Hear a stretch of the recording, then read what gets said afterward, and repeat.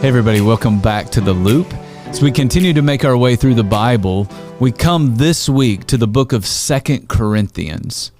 Today I want to read to you 2 Corinthians chapter 1, verses 8 and 9. Paul writes to the church and says, "We do not want you to be uninformed, brothers and sisters, about the troubles we experienced in the province of Asia. We were under great pressure, far beyond our ability to endure, so that we despaired of life itself. Indeed, we felt we had received the sentence of death."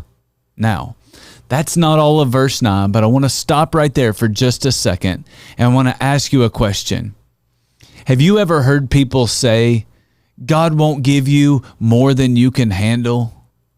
I don't know where that phrase came from or who said it, but it's not in the Bible. In fact, if you look at what Paul is saying here in verses 8 and 9, it seems as though Paul is saying that God has given him more than he can handle. He said he was under such pressure that it was far beyond his ability to endure it. He said that what he was going through felt like a death sentence. So apparently there are times when God will give you more than you can handle. But why? Paul tells us, just listen to the rest of verse 9. He said, "But this happened that we might not rely on ourselves, but on God who raises the dead." God wants you to stop relying on yourself, and he wants you to start relying on him.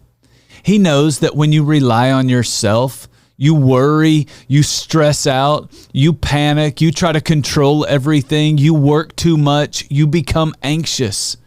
But when you learn to rely on him, you can enjoy peace that comes from God regardless of what you're going through in life. Why? Because what is unbearable for us is easy for him. Whatever you're facing today, don't try to rely on yourself. Instead, rely on God.